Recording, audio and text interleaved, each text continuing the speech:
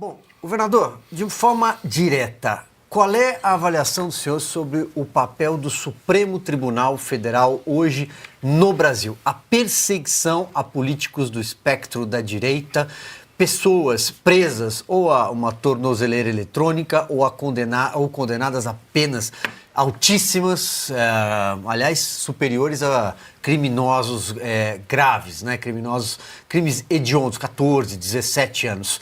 E principalmente da figura do ministro Alexandre de Moraes, que comanda quase todas as investigações e inquéritos do país. Sim, eu já me posicionei, inclusive, sobre essa questão publicamente, né, em relação à questão do 8 de janeiro.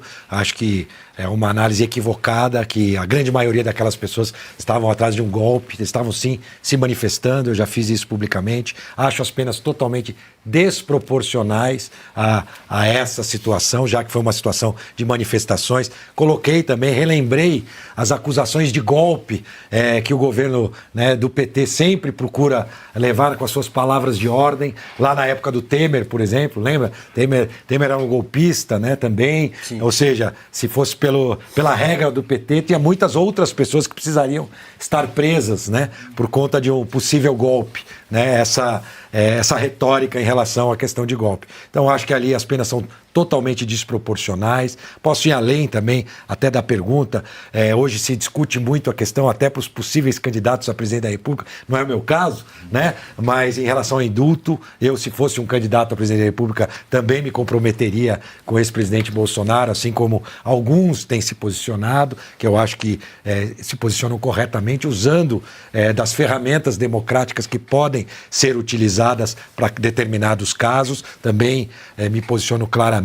Em relação ao STF, a gente vê, claro, um certo abuso, vamos dizer assim, do seu espaço em relação aos poderes democráticos, tanto que você vê hoje o embate, não sou eu, já do próprio Legislativo, com o envolvimento do Executivo e com o Judiciário. Então, cada vez esse ambiente tem sido um ambiente de menor tranquilidade, o que é ruim para a democracia. Eu sou a favor de entendimento, eu sempre vou ser a favor do diálogo e especificamente em relação, você me perguntou ao ministro Alexandre de Moraes, para que a gente seja claro, eu acho que as ações que o ministro Alexandre de Moraes toma, elas representam não só ele individualmente, mas todo o conjunto de ministros. O senhor defenderia que os políticos, os senadores do seu partido votassem, por exemplo, a favor ou contra o impeachment do ministro Alexandre de Moraes, caso fosse pautado? Não, eu acho que impeachment, seja de quem quer ser, que fosse, não é um bom caminho. Eu não acho que é um bom caminho para o país, ou para uma cidade, ou para um estado. Eu não vejo.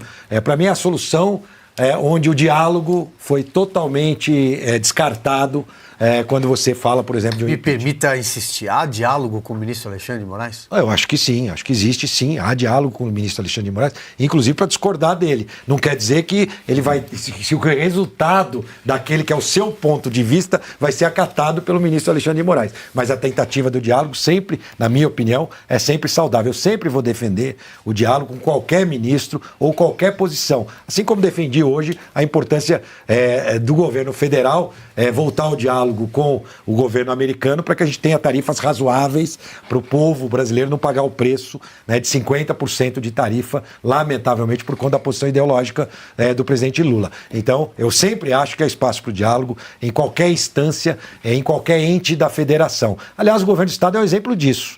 Né? Nós temos projetos feitos em conjunto com o governo federal. Eu posso aqui, já argumentei muito contra os governos do PT, contra o presidente Lula, mas tem projetos comuns. Nós falamos do túnel Santos-Guarujá, tem recursos do governo federal. Nós estamos falando da expansão do metrô, tem recursos do BNDES de empréstimo. Eu sempre vou ser a favor do diálogo, porque a nossa missão, o nosso papel como gestores públicos é poder entregar melhor serviço para o cidadão, transformar o dinheiro dos impostos em melhor prestação de serviço.